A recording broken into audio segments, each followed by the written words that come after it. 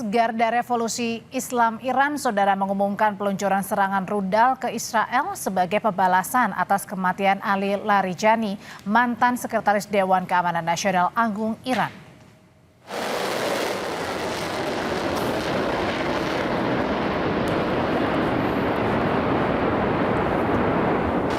Ini adalah gelombang serangan ke-61 yang dilakukan Iran.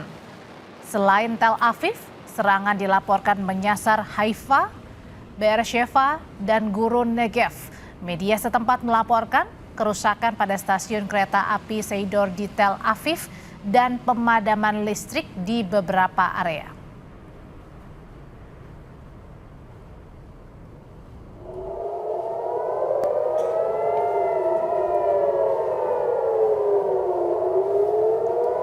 Rudal klaster Iran menghujani langit Israel. Peluncuran rudal ke wilayah Tel Aviv sebagai pembalasan atas tewasnya Kepala Keamanan Nasional Ali Larijani. Suara sirine, saudara, terdengar sebagai peringatan warga Israel akan adanya serangan.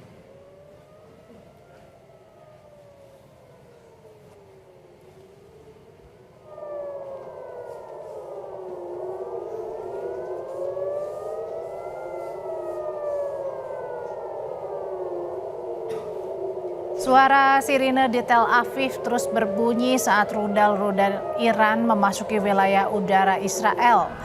Rudal klaster Iran terlihat mengarah ke sejumlah wilayah di Israel Tengah. Sebagian rudal Iran yang gagal dicegah dan jatuh di wilayah Ramat Gan Israel mengakibatkan 2 orang tewas.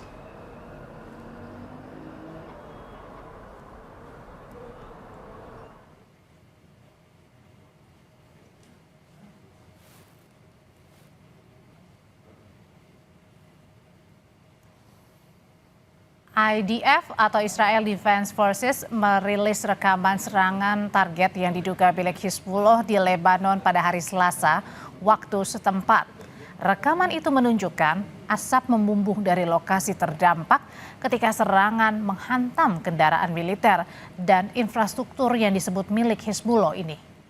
Kementerian Kesehatan Lebanon menyebut usai serangan sedikitnya ada 6 orang tewas dan 24 orang terluka.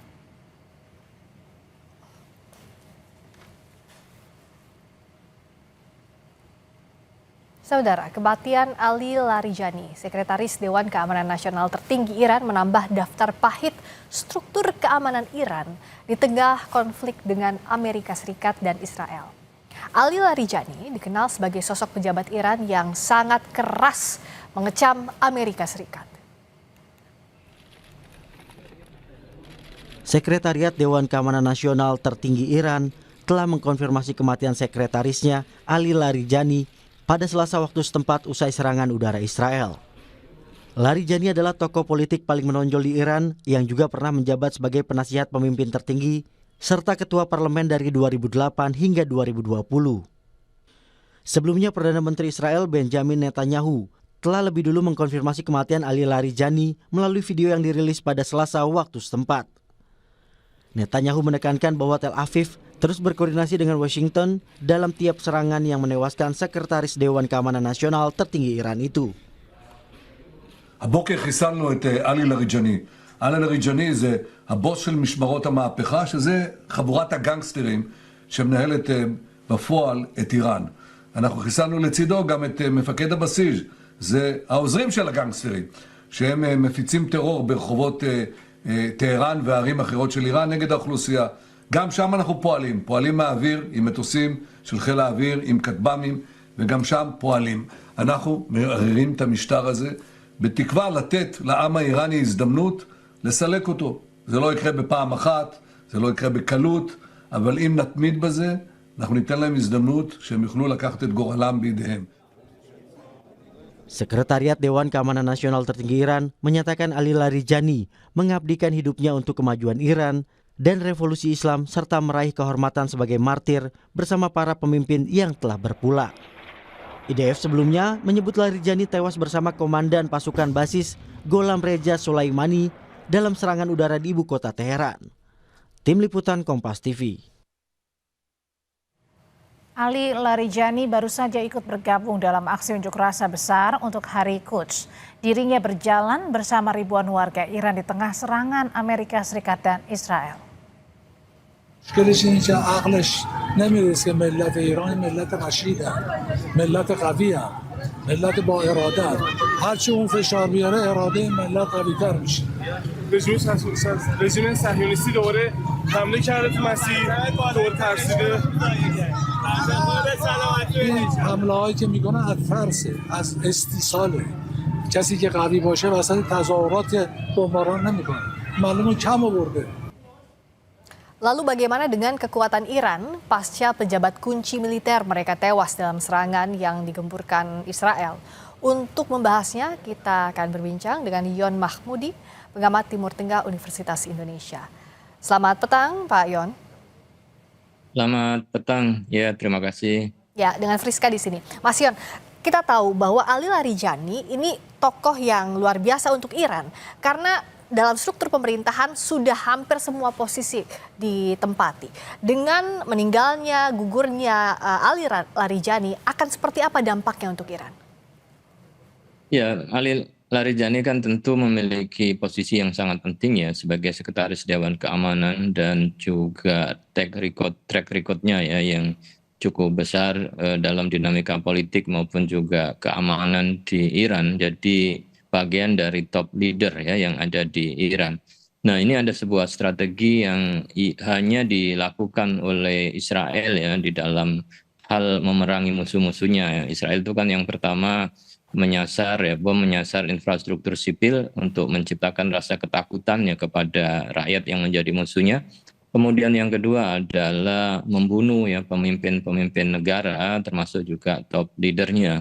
Dan ini sudah dipastikan bahwa operasi model seperti ini adalah operasi yang diinisiasi oleh Israel ya. Sementara Amerika sendiri tidak memiliki model strategi untuk menghabisi, membunuh top leader ya secara khusus ya yang itu sangat berbeda dengan model operasi yang dilakukan oleh Israel.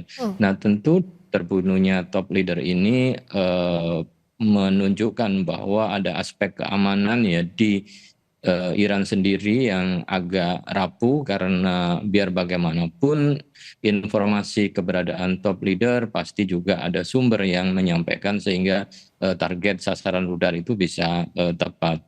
Dan tentu Iran juga sudah mempersiapkan sedemikian rupa ya pengganti-pengganti setelahnya di masa perang ini dan tidak mempengaruhi semangat mereka untuk melawan Amerika dan juga Israel. Artinya kan mereka sudah terbiasa ya dengan mati satu kemudian tumbuh 1000 untuk bisa mempersiapkan perlawanan dan setiap pemimpin yang ditunjuk nampaknya juga sadar betul ya bahwa mereka juga akan menjadi target pembunuhan ya setiap saat sehingga persiapan perubahan kepemimpinan itu bisa segera dilakukan. Hanya saja ini walaupun top leadernya sudah menjadi target tidak akan menyurutkan ya semangat Iran untuk terus melakukan perlawanan balik bahkan semakin kuat ya kepada Israel dan juga Amerika.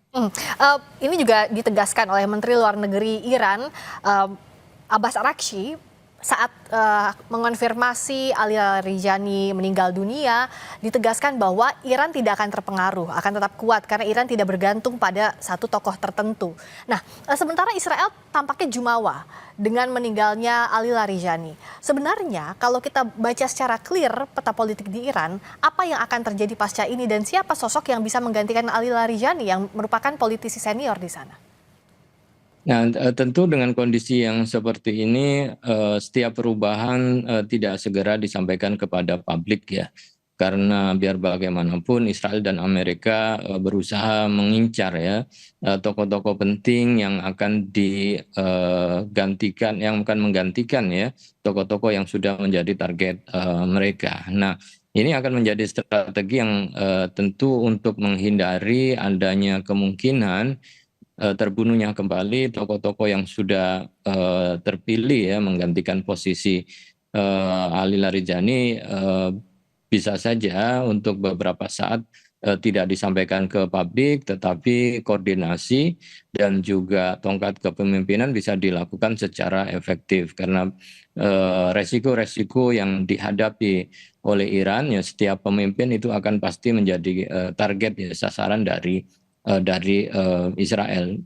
Tokoh-tokoh saya kira di balik Dewan Keamanan saya kira juga sudah ada ya nama-nama yang kemudian akan dimunculkan, tetapi dalam waktu dekat nampaknya juga tidak segera dipublikasikan karena mengingat masalah keselamatan dan juga untuk menghindari adanya serangan yang dilakukan oleh Israel yang memang menyasar tokoh-tokoh atau top leader ya dari Iran itu. Artinya kan ini yang harus dipahami, kita mengerti bahwa tidak mungkin namanya akan diumumkan segera karena ada faktor keselamatan yang pasti akan diincar oleh Amerika Serikat yang bahkan mengeluarkan sayembara tokoh-tokoh kunci Iran. Nah, tapi dalam kondisi seperti ini, apakah bisa kita lihat konsolidasi di internal Iran masih berjalan cukup baik? Misalnya, kalau kita lihat ada rudal klaster bahkan yang dikirimkan sesaat setelah diumumkan meninggalnya Ali Larijani, apakah ini sebagai tanda bahwa siapapun yang ada saat ini di pemerintahan Iran di internal masih tetap kokoh begitu? Ya, itu kan artinya ada layer-layer kepemimpinan ya. Kalau Amerika, Donald Trump mengatakan bahwa layer 1 sampai 2 sudah bisa dihancurkan. Kemudian menunggu layer 3. Tetapi kan sebenarnya juga tidak semua layer-layer 1, 2 itu sudah habis. Karena itu pasti berkaitan dengan bagaimana serangan balik itu dengan cepat dilakukan. Ya. Jadi kalau layer kepemimpinannya telah dihancurkan semua, asumsinya proses untuk melakukan serangan balik akan memakan waktu, tetapi ini serangan retaliasi dalam kapasitas yang lebih besar masih tetap konsisten ya dilakukan. Nah, dari situ bisa kita pahami bahwa kepemimpinan itu dilakukan secara berlapis-lapis ya. Jadi ketika lapisan tertentu itu terbunuh dan mereka juga sudah menyadari akan ancaman dari musuh, maka lapisan berikutnya segera menggantikan. Sehingga instruksi komando untuk ya meminta melakukan serangan itu tetap bisa dilakukan, yang menandakan bahwa sebenarnya di dalam kepemimpinan di Iran itu tidak tergoyahkan ya dengan terbunuhnya ya beberapa pemimpin mereka. Ya, ini juga menarik karena kalau dibandingkan dengan negara kawasan lainnya, saat pemimpin tertingginya terbunuh, otomatis akan goyang pemerintahan. Tapi tampaknya kewalahan AS dan Israel melawan Iran. Nah, tapi sebaliknya, seberapa besar efek dari serangan yang dilancarkan Iran terhadap Amerika Serikat maupun Israel terhadap kekuatan mereka saat ini, Mas Yon? Ya, ini kan yang tidak diantisipasi ya oleh Amerika dan juga Israel, yang merasa yakin ya bahwa dengan dieliminasi top leadernya, kemudian fasilitas-fasilitas militernya ya juga dihancurkan, maka Iran akan segera menyerah secara total ya, dan kemudian rakyatnya akan mengambil alih, mengganti rezim yang ada. Justru sebaliknya kemudian perlawanan menjadi semakin kuat, strateginya mulai berubah, yang awalnya hanya fokus dengan militer ya kemudian mulai beralih kepada menyerang fasilitas strategis ekonomi ya, termasuk dengan menutup Selat Hormuz ya. Ini kan sebuah strategi yang agak sulit ya dan tidak diantisipasi oleh Amerika ya. Pada satu sisi mereka gagal untuk mengeliminasi dan memberhentikan ya struktur kepemimpinan dengan cara membunuh pemimpin-pemimpin mereka. Dalam satu sisi justru sebaliknya mereka semakin kuat dengan strategi-strategi baru yang itu menjadi semacam kejutan-kejutan yang mengkhawatirkan bahkan mencemaskan Israel dan Amerika. Amerika sendiri kan merasa semakin terjepit sebenarnya, kekuatan untuk melakukan penyerangan dan pengeboman kan semakin kendur sebenarnya karena meminta dukungan dari negara-negara NATO, kemudian sekutu-sekutu lama, tetapi nampaknya tidak mendapatkan respon yang positif. Dan sementara di dalam negeri sendiri juga Amerika mendapatkan penentangan ya tentang rencana perang ini. Nah, pada satu sisi sebenarnya legitimasi ya, perang yang Amerika yang disebut dengan illegal war ya, perang yang tidak legal itu mendapatkan penentangan. Pada satu sisi mereka tidak bisa membuktikan bahwa Iran benar-benar telah dilumpuhkan dan dihancurkan, tapi sebaliknya masih terus melakukan serangan-serangan baik kepada pangkal militer Amerika maupun juga ke wilayah Israel. Nah, dengan juga kalau kita lihat dinamikanya tidak hanya pemimpin top leadersnya Iran yang meninggal dunia, mulai dari pemimpin tertinggi Ayatollah Ali Khamenei, lalu juga Ali Larijani, bagaimana juga membaca pemimpin pejabat AS lah yang mundur dengan adanya perang ini, pejabat keamanan AS, yakni pejabat keamanan AS mundur, seberapa memukulnya ini untuk Amerika Serikat? Nah, ini kan justru fenomena yang terbalik ya, ketika musuh dari Amerika itu Iran yang pemimpinnya bisa dieliminasi, tetapi justru memperkuat ya lapisan-lapisan berikutnya yang setiap saat bisa menggantikan dan tidak tergoyahkan. Tetapi sebaliknya di Amerika, ketika Donald Trump merasa yakin bahwa telah mampu menghancurkan ya dan mengeliminasi pemimpin-pemimpin Iran, malah kemudian pemimpin strategis ya di bidang militer bahkan juga di bidang politik ya yang sebelumnya itu kan juga mengundurkan diri. Dan yang terakhir salah satu kepala ya Dewan Kontrterorisme yang memang punya semangat dalam membela dan menjaga Amerika, punya pengalaman sangat kuat di dalam perang di Timur Tengah, justru mengundurkan diri dan melihat bahwa ya anak-anak muda dari orang-orang Amerika, rakyat Amerika itu tidak ya boleh kemudian dikirimkan untuk berperang atas nama yang dilakukan oleh Trump dan juga Israel. Ini kan saya kira pukulan telak juga ya terhadap Amerika yang dipimpin oleh Donald Trump ketika beberapa figur-figur penting justru mengundurkan diri dan menolak perang nih.